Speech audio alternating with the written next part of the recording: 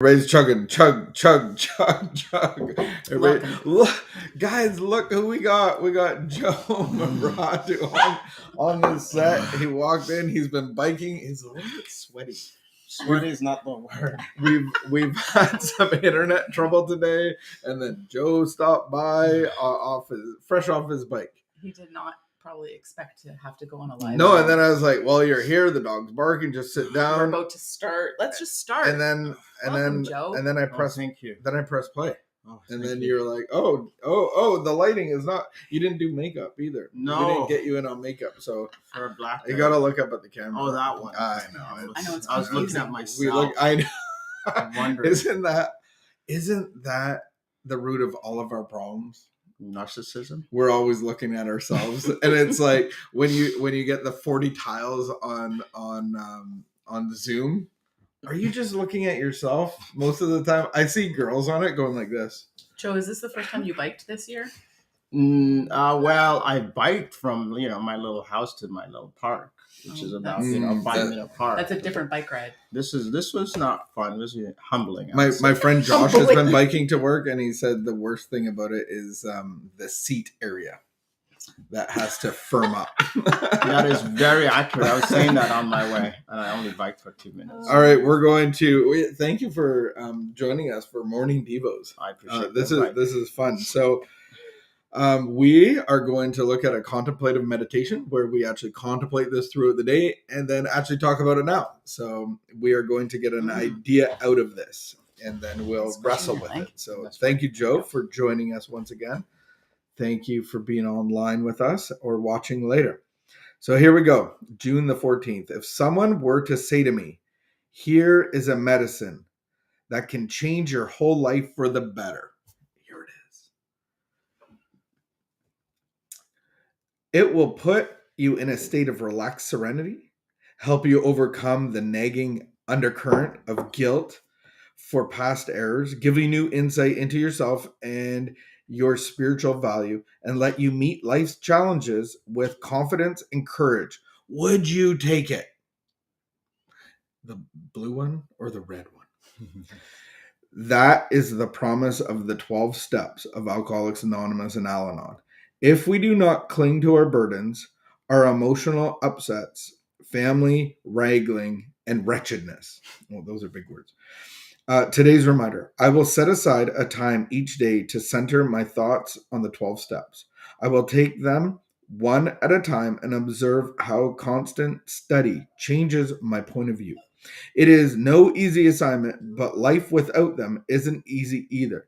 My choice will be better to take this beneficial medicine and let its healing magic work in me. Here's our quote. The 12 steps of A, which we try to follow, are not easy.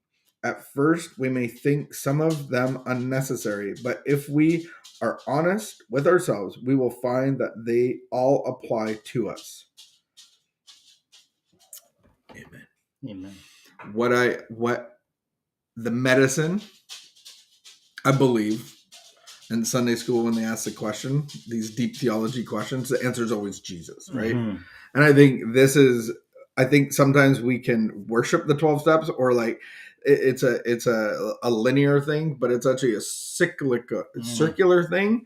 Cyclical. And it's directions to stop playing God and let God play God. So the medicine is God's Spirit transforming our hearts. And so we don't worship the steps or the program or the fellowship or the sponsor, but it sends us to God in whom we worship. That is the medicine. It's good medicine. How do you take your medicine?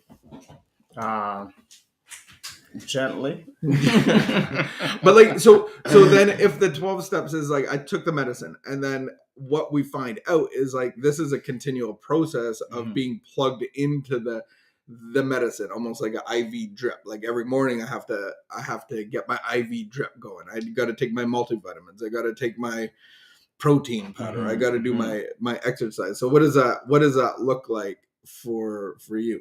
What does the medicine look like for you on a daily basis? Well, I was just thinking about that this morning as I was, I struggled to get up and had every excuse in the world to stay in bed. I was up at 6, but I didn't get out of the bed probably until 6:40, which meant like, I don't want to do this, but I kept saying to myself, I know you're going to love this at the end. And so I just forced myself. And as I went through my steps, at the end of it, I felt more connected, more alive, and I was excited to go see the kids. And I realized that medicine, even though it was really difficult at the outset, the struggle and the fight. So for me, that's kind of I use it as kind of the metaphor for me is the bridge. I don't worship the bridge, but the bridge, those disciplines are what helped me connect with God and to really, just start my day by just reflecting. So you don't stay on the bridge, you take the bridge. Correct. I can totally relate to that. Do the bridge. I wake up on a lonely, desolate, miserable island every morning. It's so I'm true. like, I don't want to be here. I don't want to be here. And so I do the opposite. I'm looking for a rescue and boat. it has its own challenges though. The medicine is all the same, but we all have our. So I woke up at 5:05, and I'm like, oh, I have another hour. And I'm like, all of a sudden my mind gets going. And then I can start thinking about things that I don't even need to think about. I'm like going 100 different miles an hour directions in 100. I'm going in a whole bunch of directions. Yeah. And so I was like, I forced myself out of bed and I came down here and I started to do meditation and I started to do listening. And I, like we're in certain parts of the Bible. And so I'm in a really challenging spot right now. And it's so easy to look for trees for the forest, and God, it just really spoke to me about his holiness. And I'm like, and it just centers my mind and centers my heart. And then I got to deal with internet and other stuff throughout the day. But for me, the challenge is not letting my mind go into 100 different directions. And so how do I do that? Through prayer, meditation, and conscious contact with God. And no one's saying it's easy. No. It's not easy, but there's a simplicity to it that we tend to overcomplicate.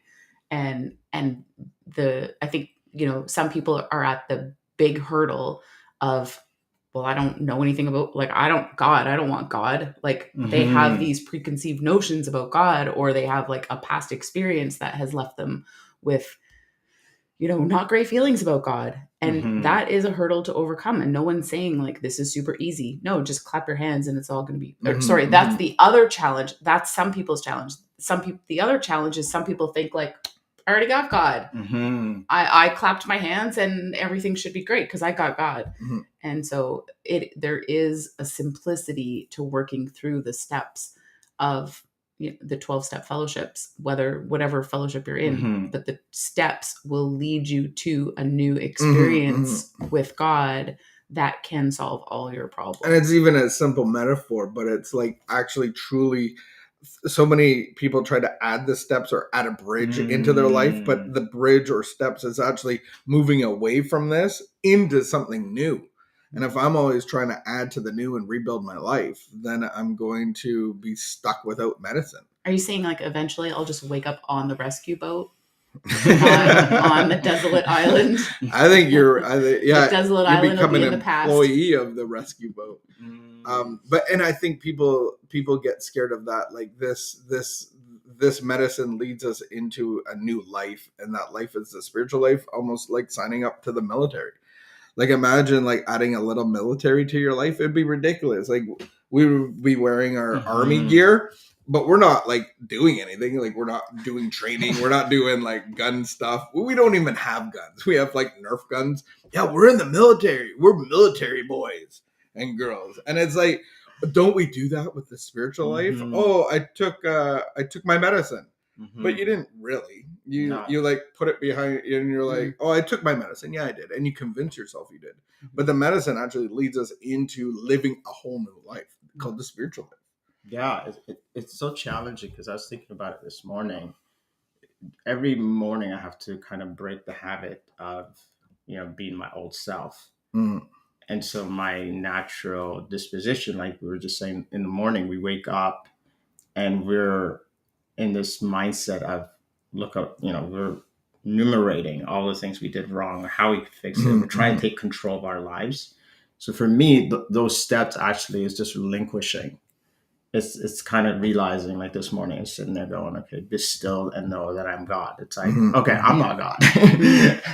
and that's actually a very freeing experience, because you get up from it and realize, oh, okay, it's not up to me to fix this. It's just for me to surrender.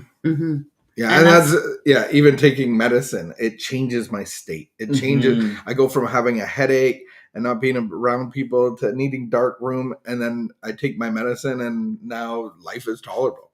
And so it actually changes my state.